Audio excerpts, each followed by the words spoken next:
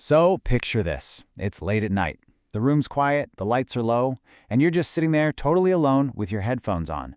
A familiar song comes on. Maybe it's, I don't know, a few simple piano chords, or a massive orchestral swell, or even just that specific hum of a synthesizer. And almost immediately, without you even trying, you get that tightness in your chest. Your breathing shifts, and before you even realize what's happening, your eyes are welling up with tears. Well, welcome to this explainer. Today we're jumping right into the fascinating intersection of neuroscience, psychology, and art. And we're going to explore the actual science behind exactly why music makes us cry. Okay, let's dive into this, because honestly, this is one of the most incredible mysteries of human behavior. Like, why can one single song make you just absolutely weep when your current surroundings are totally fine? You aren't in physical pain. You're safe in your room. No one's arguing with you. There's literally no immediate threat or tragedy anywhere around you. And yet, this specific arrangement of sound waves triggers a profoundly physical, emotional response. Well, the reality is that music unlocks emotions we didn't even know were still there. It has this unique, almost surgical ability to bypass all our logical defenses and just tap straight into these deep reservoirs of feeling.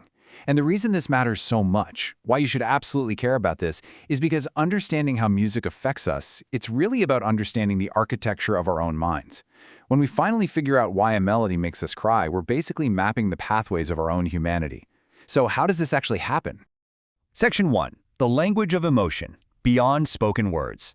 Think about how often you struggle to articulate a really deep, complex feeling. You try to tell a friend how you feel, but spoken language is, well, it's inherently limited. We're boxed in by specific vocabulary words, by sentence structure, the grammar rules of whatever language we happen to speak. It's kind of like trying to paint a breathtaking, vibrant sunset using only 3 colors. But musical expression? That communicates emotion directly. It totally bypasses those linguistic limits. When you hear a soaring violin or a really melancholic chord progression, you don't need a dictionary to translate it, right? The melody itself acts as this raw, unfiltered language of emotion that your brain just understands instantly. Section 2. The musical brain, a neural symphony. And this brilliantly illustrates the exact biological journey a sound wave takes. Let's walk through it together. Step 1. The music enters your ear simply as physical vibrations, literally just sound waves traveling through the air. Step 2, those waves hit your inner ear and get translated into electrical signals that light up your auditory cortex, which is the part of your brain that processes sound. But Step 3 is where the magic happens. The signal doesn't just stop at hearing. It rapidly branches out, simultaneously engaging your brain's emotion centers, your memory storage, your attention networks, and your reward systems. Scientists actually refer to this massive, simultaneous brain engagement as the neural symphony. And it's not just one tiny part of your brain lighting up. It is an overwhelming, interconnected cascade of activity. So while you're just sitting there casually listening, your brain is simultaneously processing the current emotional tone, scanning for past memories, locking your attention onto the rhythm, and releasing dopamine, the reward chemical, all at the exact same time. This massive scale of simultaneous brain activity is a huge reason why the experience can literally push us to tears. Our brains are intensely, beautifully overwhelmed. Moving into Section 3, Memories and Melodies, Emotional Bookmarks. Let's look at how this actually plays out over a lifetime. Music essentially acts as an emotional bookmark for universal human milestones. So maybe there's a song from when you were, say, 10 years old that instantly brings back the vivid feeling of a childhood summer. Or a track from when you were 16 that's forever glued to the intense, totally chaotic feelings of your first love. Jump to 25, and a specific bass line might remind you of a major celebration or maybe a graduation. And at 40, a quiet acoustic song might be permanently linked to a moment of profound loss or grief. The thing is, when you hear these songs years later, you aren't just hearing the music. Your brain is literally generating cinematic flashbacks, allowing you to re-experience the raw emotions of your past right there in the present moment. I mean, that alone is enough to make anyone cry. Section 4. The paradox of happy tears, not just sadness. Now, what's really interesting about this slide is when we break down the actual causes of tears from music. Yes, sadness is absolutely a piece of the pie. But look at the other causes here: beauty, nostalgia, relief, hope.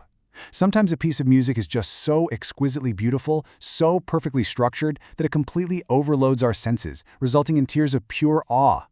Or maybe a dramatic chord resolution gives your brain such a sudden, intense hit of relief and hope that your body's natural response is just to weep. We cry not just because we're sad, but because we're experiencing emotional overload across a totally diverse spectrum of deeply human feelings. Which brings us to Section 5, Emotional Sensitivity. Why reactions vary. So, you might be wondering, hey, why do I cry at a song when my friend feels absolutely nothing? Well, our individual reactions to music are not hardwired. They aren't deterministic. They're beautifully unique. First off, personal experiences. As we saw earlier, if a song is tied to a specific memory for you, it's going to hit you way harder than someone hearing it for the very first time. Second, unique personality traits. Some of us are just naturally more prone to getting absorbed in art and daydreaming. And third, your baseline emotional sensitivity. Everyone's brain is wired just a little bit differently, right? Some people simply have a lower threshold for emotional overload. It doesn't mean one person is processing the music correctly and the other isn't. It just means the music is filtering through the highly unique lens of who you are. And that brings us to this really profound realization. Maybe music doesn't create emotion. Maybe it helps us discover emotions that were already waiting inside us. It's a pretty powerful thought to sit with, isn't it? The music isn't forcing something foreign into your brain. It acts as a key, turning the lock on doors you might have completely closed off, allowing you to access and process feelings that were just sitting quietly in the dark, waiting to be felt. And that is truly where music meets the mind. It's a biological symphony, an emotional bookmark, and a direct, unfiltered language to our deepest selves, all wrapped up in just a few minutes of sound. It beautifully bridges the gap between the rigid physics of sound waves and the stunning complexity of the human experience. So as we wrap up this explainer, I want to leave you with one final lingering thought to take with you the very next time you put your headphones on. What hidden emotion will the next song you hear unlock? Pay close attention to how your brain and your body react. You might just learn something entirely new about yourself.